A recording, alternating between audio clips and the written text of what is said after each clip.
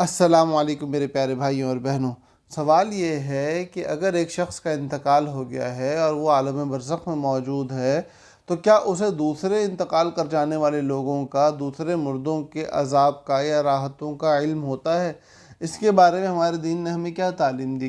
تو بھائی جواب اس کا یہ ہے کہ جو لوگ اس دنیا سے انتقال کر کے فسق و فجور اور گناہوں کی وجہ سے اپنے عذاب میں مبتلا ہو جاتے ہیں، وہ تو ایسے عذاب کے اندر پھنسے ہوئے ہوتے ہیں کہ انہیں دوسروں کی طرف توجہ دینے کا موقع ہی نہیں ملتا ہے۔ وہ دوسروں کے حوالے سے سوچ بچار کرنا یا دوسروں کے احوال کی طرف نظر کرنا، اس کی صلاحیت طاقت ہی کھو بیٹھتے ہیں۔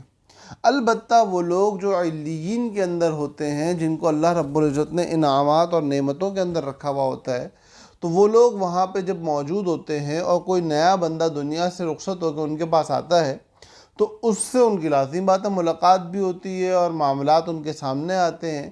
اور جب ان کو یہ پتہ چلتا ہے کہ اس کے آنے سے پہلے کچھ اور لوگ بھی دنیا سے رخصت ہو چکے ہیں لیکن وہ علیین تک نہیں پہنچے اور ان سے ان کی ملاقات نہیں ہوئی، تو اس پر ان کا گمان یہ ہوتا ہے کہ بھائی وہ ممکن ہے کہ اپنے گناہوں کی وجہ سے سجین کی طرف چلا گیا ہو، جس پہ ان کو افسوس بھی ہوتا ہے۔ اس حوالے سے جتنی عربی عبارات اور جو باتیں ہیں وہ نیچے ڈسکرپشن میں آپ کو مل جائیں گی، تو وہاں جا کے آپ اس کو اگر دیکھنا چاہیں تو بالکل دیکھ سکتے ہیں۔